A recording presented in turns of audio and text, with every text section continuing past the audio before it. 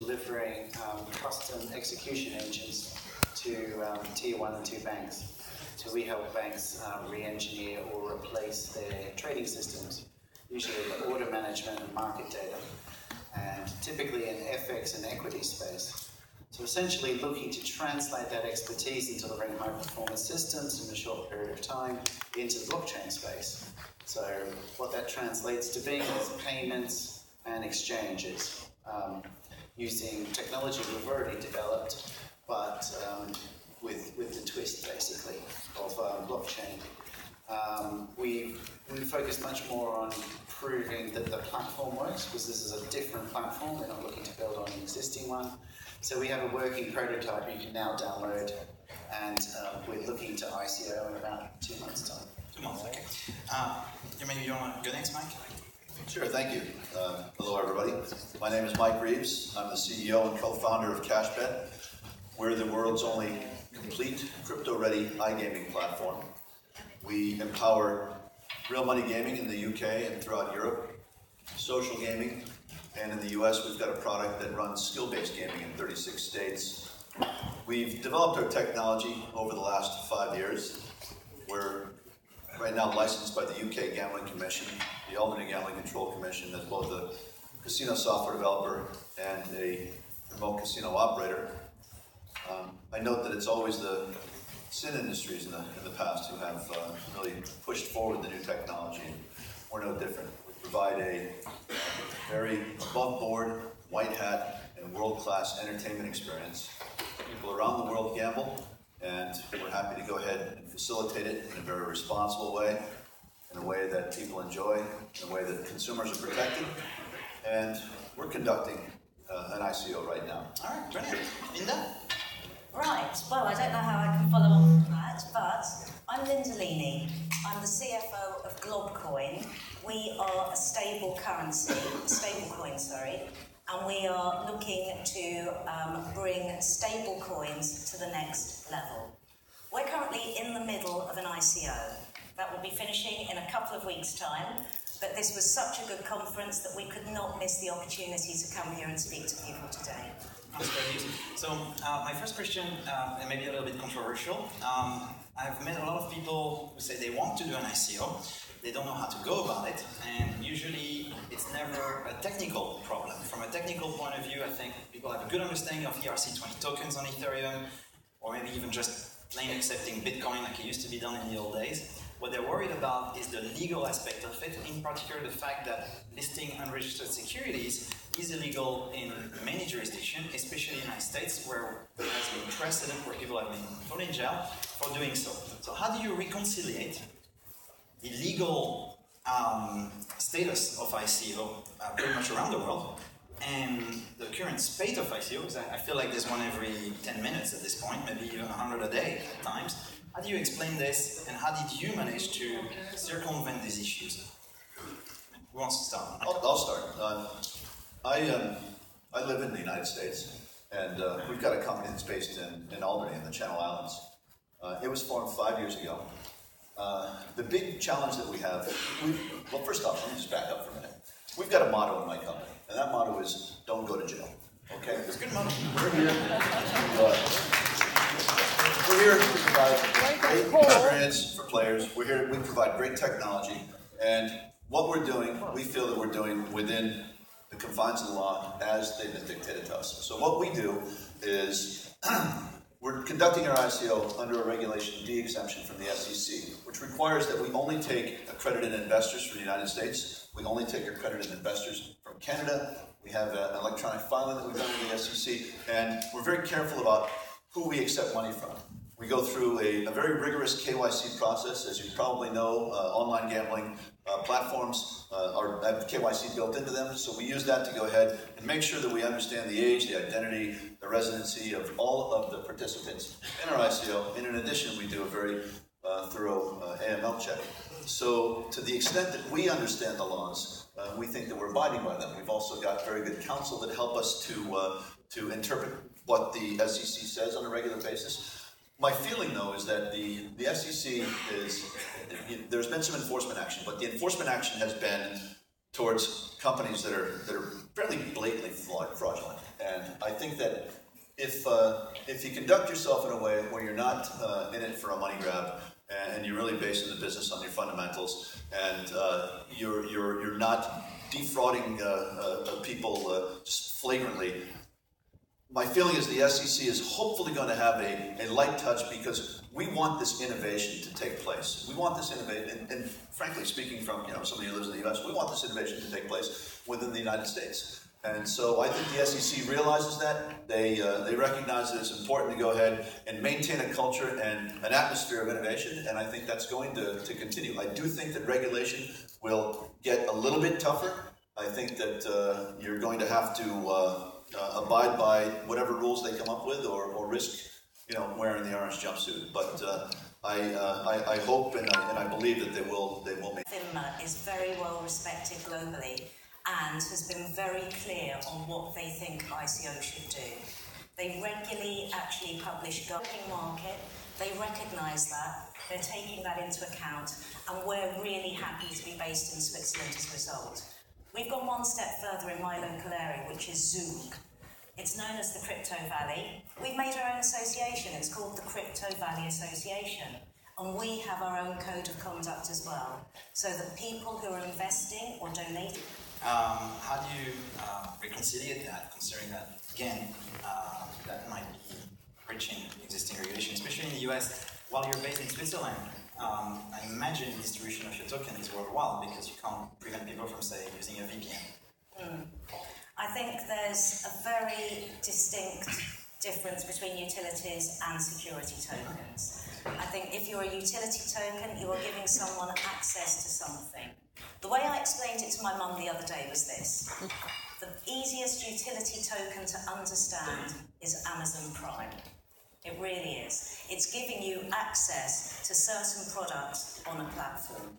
A good utility token should almost be like Amazon Prime. It's giving you some kind of special access. Okay. And certainly we're looking to structure as a utility. We're looking, because we're providing a platform which provides a service, you're paying money for that service, as opposed to something that's backed as a security. All right, yes, we're also taking it one step further and actually engaging with the regulators. I mean, we were based in the UK. We didn't go offshore. We didn't try to circumvent the FCA. We've approached them openly and applied to go into their sandbox. We believe we're going to revolutionize the entire industry. It's a $500 billion industry. And the regulators need to be part of that process. They need to be actively engaged in what we're doing to bring about the change in the industry that is needed. Hi, Freddie. Actually, I was at SCC yesterday in France, and I talked to a few French ICOs. And what was interesting, for at least a couple of them, they told me, yeah, we went to see the AMF, which is the French FCA. And they told us, yeah, it's sort of a similar story, go France, and we don't want to brain drain, we want to encourage it. My next question was, what tells you that in 2 years' time they're not going to turn around and retroactively apply some new regulation that would send you to jail? And both of them replied nothing. And for them it was very clear that it was a matter of risk and how much risk they were comfortable to take. So maybe that's something to consider for the people in the audience if you're planning to launch an ICO, to keep that in mind, and that law can be applied retroactively. Therefore, there is a risk. I think it's not entirely risk-free. Is that fair to say? Yeah, I would agree. We're being encouraged right now, and I know a lot of the. Obviously, we're all claiming that our tokens are a utility token. And I can say that. Hey, what's the one thing you do in a casino when you get there? You sit down at the table and you buy chips, and we provide the same thing in an online basis. If the SEC is saying all tokens are securities, we have arguments against it, and to mitigate that risk, I think obtaining legal opinions is important, extremely important to go ahead and protect yourself, and to be able to go ahead and list your token. There's all kinds of arguments you can make. I like your analogy. My favorite one is, I'm an American football fan, and so I've got season tickets to the Oakland Raiders, and I buy those tickets, and those tickets allow me to get into the game. If the Raiders make the playoffs, those tickets go up in value. Does that make them a security? No, absolutely doesn't. And I think we can make some sensible arguments here, but you do need to protect yourself for sure. So probably the main way that I've taken from it is that how do you market yourself? Do you compare yourself against other tokens which are considered securities? Do you market yourself as an investment as a return?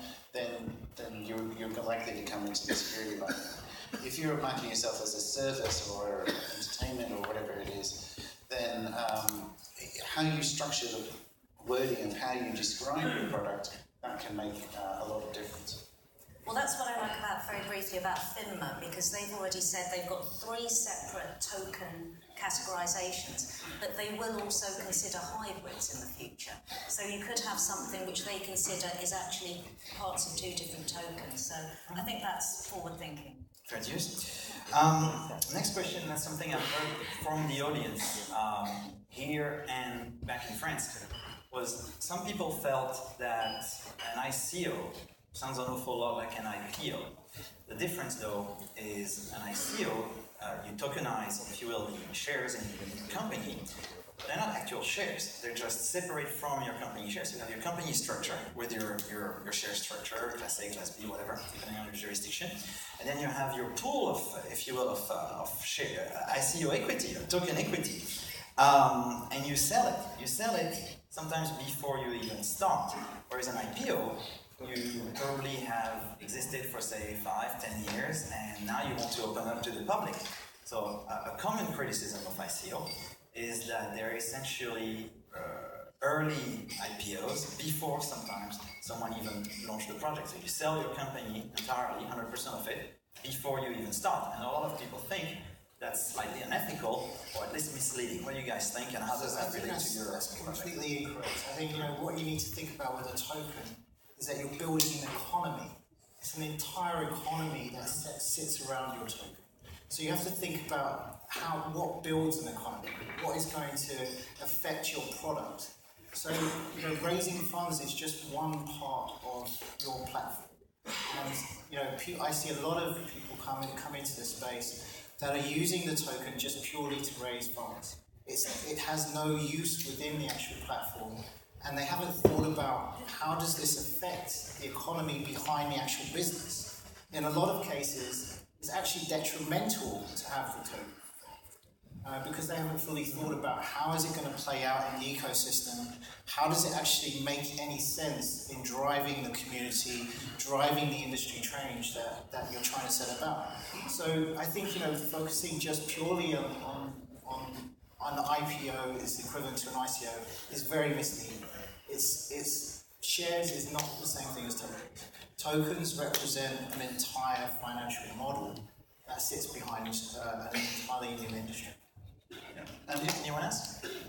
One of the points to say whether you think it's a legitimate use for a token is it actually quite similar to something that people already do?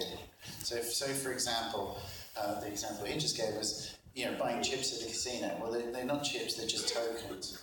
So in some ways, we're just rebranding and repurposing and using a technology to do that. It's something that people already do, they've been doing for a very long time, and all they're doing is reapplying it. If it's like something that someone is so disruptive because it's nothing like anyone's ever done, then that's an unproven model, in my opinion. But if all you're doing is digitizing a system that people already do, I think that's far more likely to pan out. Yeah, I think with the ERC20 standard, there's a lot of interesting product features that you can actually come up with to go ahead and make it even more innovative and more cool. We're doing things with our casino token right now that allows it to be used not only for gambling, but for skill-based gaming, for social gaming, and we can provide a unique VIP experience which can be administered differently depending on who the operator is. That's all good stuff. When it comes down to it, though, I think that you have to, as a token purchaser, be really careful and focus on the business fundamentals. I mean, we went into this after being in business for 5 years. We were fortunate enough to end 2017 with profitability, and the company has a good fundamental business. It's got some staying power. We're going to be around for a long time, and the token plays into our future roadmap. And I think that you need to as Ash said, I think you need to really separate the token from the core business itself. And don't let me put words in your mouth, by the way. Sorry, but no, I mean, I think you have to also be cognizant of the market that you're in. Right? So we started our token sale when Ether was at 200. Ether is now at 800, and we've taken an industry-first step in repricing our token because we want to make sure that when our sale ends, we are in the same position as when we started to return as much value as possible for seed token holders. And I think we're really leading the industry in this way in being cognizant around what is happening with the external markets and how does that affect our internal economics. Mina? Well, going back to your question, Yes. Basically, proof of concept is a lovely concept. I'd rather see a model that's actually working. Right. I'd rather invest in a business that actually exists. If I go and buy a car, I want to see it in the garage. I want to see that wheels turn round and it works. Yeah. I don't want to see it on a piece of paper. Yeah. I wouldn't be involved in a business where something wasn't already proven. We've got a proven product. We've been running it in the real world for 10 years. We're just digitalising it. Right. That makes a lot of sense to me. There is a common misconception that Ethereum started as an ICO. And in fact, you see a lot of the ICOs out there sort of emulating the same lingo we created for Ethereum way back in the days, down to white paper, yellow paper, and it's the exact same wording. And almost trying to confuse the audience on purpose, because if you go back to 2014, you'll find that, technically speaking, we had code running on Ethereum for a good 9 months before we asked for a single penny from the audience. Everything was entirely self-funded. And that wasn't people working off love and fresh water. It was actually pre-funded by people who had put money in a pre-ICO. Ethereum was pre-funded by 2 separate individuals, which are named publicly. So that's important to keep in mind. And don't fall for sort of the trappings, if you will, of some of the marketing that's out there, which is very important because there's a lot of potential scams. Thank you for your answers, it's really good. Well, actually, on this topic, what should the audience look forward in terms of the properties of an ICO that would make it more legitimate or more interesting than some of the other stuff out there? Maybe we'll start again with you, Laura. Yeah, sure. I think that there's 3 words that spring to mind. What, why, who? What's the product? What's it trying to do? Why is it there? Is there really a problem? Is it actually solving an issue? Or is it making up something that we don't actually need? And who are these people? Who are they really? If they have experience, great. Is that experience relevant directly to this product? Being in business for 30 years or something may not be relevant for what they want to do now. Pick a team that has relevance to the product. I'm working with 4 people. Between us, embarrassingly, we have over 100 years' experience in investment banking. We think we know what we're doing, and we're taking a product into the new world. Mike? Yeah, I think that's great. I would add to it that, as I said earlier, business fundamentals are important. I think the team's incredibly important. But if you've got a proven business that's been out there and you can show good traction, I think that's something that is very valuable to look at in this space, and it's something that shouldn't be underestimated. Many of the ICOs that we see are 3 guys in a garage with a white paper who formed the Cayman Islands company last year, and they're now supporting a $250 million coin market cap. What the heck is that about? I mean, when the speculation dies down and goes away, ultimately what's going to remain in terms of the core value is going to be the fundamentals of the business, and that's really what you have to look at. Very well said, Peter. Yeah, I think businesses, after whatever the next maturity cycle is for blockchain, businesses are a lot of them are going to look very similar. They're just going to have different technology driving them. Some of them will look radically different, but that will be quite a speculative choice. Most of them will be businesses doing very similar things to what the previous business did, but perhaps in a more innovative, more dynamic, and more efficient manner. I agree with the panel here. I would add, you really need to look at why are they using the blockchain.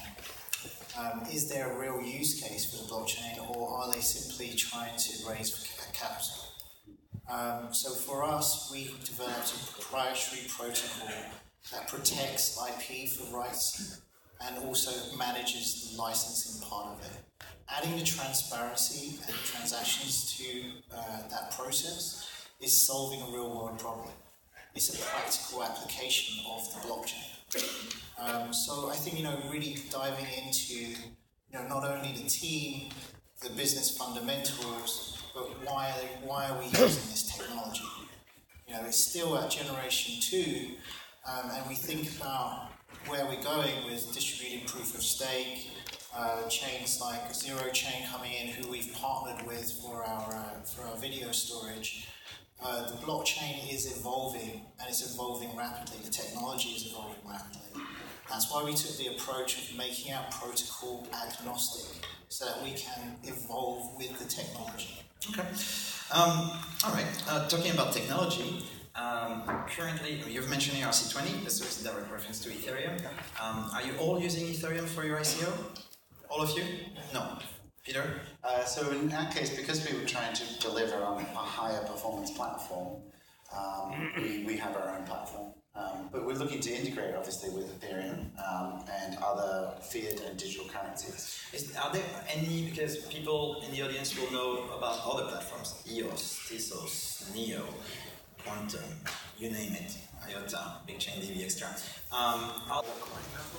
And further to that, where is, do those particular chains have capital to deploy through your business? I mean, is it relevant to what you're trying to do? Not just from a technology delivery point of view, but from a business point of view. You're saying the underlying platform that you choose for your blockchain needs to be relevant to your business. Yeah, I mean, it needs to support your business, right? So not just in technological ways, but in the ecosystem around it. So developers,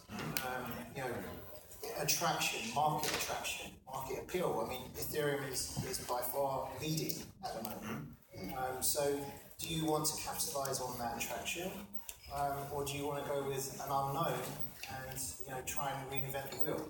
Yeah. I mean, our business is not to create a blockchain. We don't want to do that. That's a really big project. We don't want to touch that. We want to focus on our business. Yeah. Peter, you want to develop your own platform? Yeah, our background is developing platforms for banks. That's been our established thing. So we're not actually necessarily looking to create a completely new business model, which is what most people are trying to do.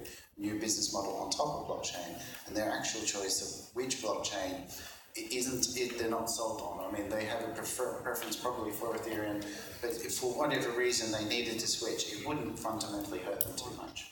Whereas we're actually platform providers. That's our background, that's our technology, and our claim to fame is both performance but also ease of development.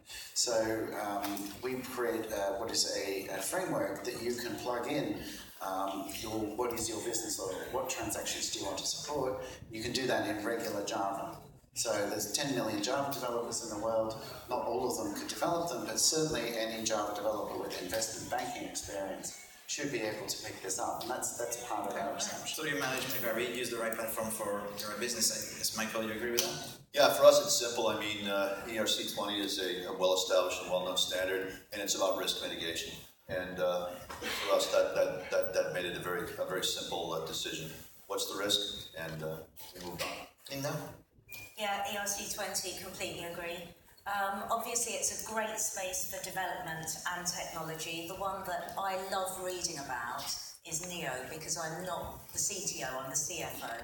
But Neo seems to me to have potential, possibly in the future, to rival Ethereum. And going back to your point of how many Java developers there are, that kind of mix of languages and their proof of stake seems to be fairly solid. The way to go. All right. Excellent. Well, almost done.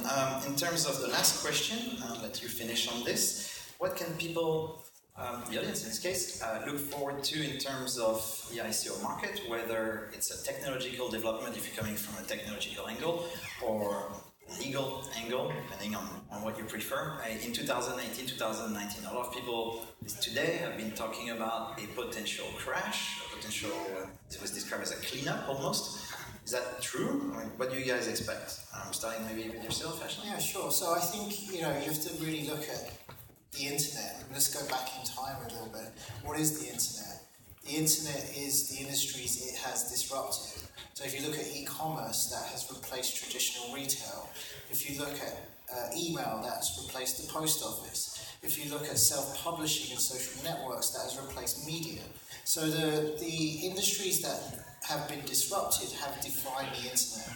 And if you look at those industries will be disrupted again with the blockchain, but the blockchain adds in some additional features, some additional services. So at the top layer, everyone is talking about cryptocurrencies. That's the most public and obvious service available to the blockchain. But there are other services available, such as the distributed ledger, the decentralized database, which we're using in the form of zero chain for our data storage. It turns our liabilities into an asset. Computing power. We now send requests, instead of HTTP requests going to a server, you're submitting HTTP requests to the blockchain. It's a completely different paradigm shift. So the consensus algorithms that are driving the blockchain of today will definitely evolve, and we will start to see more innovations within the technology, and it will continually evolve. So I think it's a really exciting time to be involved in this moment where we can start looking back at this time and start saying that's when the top 1% started getting diluted. That's when the industry started to move in a different way. And I believe storytelling is the most powerful way to share our values, share our culture. And what we're doing is enabling those stories to be decentralized and to connect with each other in a peer-to-peer fashion driven by communities. So I'm really excited to be able to join you here today for this really landmark moment. I also have one announcement. Sorry to hijack the panel here a little bit. First, slightly. We recently partnered with Token Communities, and they are part of a collection of media companies. Today they are underwriting us for $10 million, and I really am so excited to say that this company, along with what we're doing with the British Film Institute, Red Rock Entertainment, we're about to change the entire industry. Congratulations. Perhaps to summarise that point in another way is that there's two factors to this. One is the business enthusiasm for speculators to try and get into the market and make quick returns. That only has longevity as long as that keeps happening. However, I think one of the core things about blockchain is it's tapped into a real enthusiasm, as you may well have seen. And it's certainly not alone. And I think that genuine enthusiasm will last any kind of correctional bubble. And I think that's an essential element you're seeing playing out in politics, certain anti-establishment, not trusting banks, not trusting governments element. I don't see that going away in the next couple of decades. I don't think that's something that will just fix itself or correct itself. And so people will be looking for alternatives to established systems. And I think they see blockchain as being part of that. I don't think that's going to change. Mike? Yeah, I think we've come a long way since the Silk Road and the dark web, and I think that I look around and I see a lot more well-established companies entering the space, and I think that legitimacy is something that we all need to help encourage and keep our eyes on, and that's why we built our partnership with the Arsenal Football Club. That's why we announced earlier this week. Arsenal, go Gunners! All right. That's why we announced earlier this week that we partnered with the largest privately held gambling company in the world, Novomatic, to give them access to our token for their VIP program. Very exciting stuff. I think increasing that legitimacy is going to go ahead and build a better marketplace for us in the future. And I think that more regulation is to come. I think that as the markets become a bit more regulated, they become more trusted by consumers, more people will participate, and the rampant speculation that we see right now, which I think is driving the frothy valuations in a lot of these ICOs and a lot of these cryptocurrencies, is going to come to an end at some point. When you look right now, and I think there's been about maybe a little bit less than $1 trillion or so invested in ICOs. And you look back at the stock market bubble, which a lot of us lived through back in 1999, 2000. I think that was around $7 trillion that it reached at its peak. At the current rate, we're going to reach that maybe around Q3, Q4 of next year. So that's when I anticipate things are going to change quite rapidly. And so look for companies like these with good fundamentals to survive, and a lot of other companies to have been consolidated or go away. Very well. Ron? Right, there's two things I'm looking forward to this year. One of them, which is already happening, is the spread of ICOs into the humanitarian space. Two that really impressed me personally, and I'm not personally involved with them, are Earth Dollar and Women's Coin. They just, the whole space is evolving, but there's a lot of good projects out there. The second thing that I'm personally excited about this year, but I reckon 90% of people are not, is volatility. It is going to continue. It is going to probably get worse. We're going to see those peaks and troughs in the prices of all cryptocurrencies. The correlation between most of them is intense, and you do not see that in most other traditional markets. In terms of volatility, the thing to look at is stable coins. In terms of stable coins, obviously, the thing to look at is Bitcoin. Fair news. Thank you very much. That's very clever. Yes. Thank you very much, guys. Really appreciate your honesty and participating in this panel. Thank you. Thank you. Thank you. So.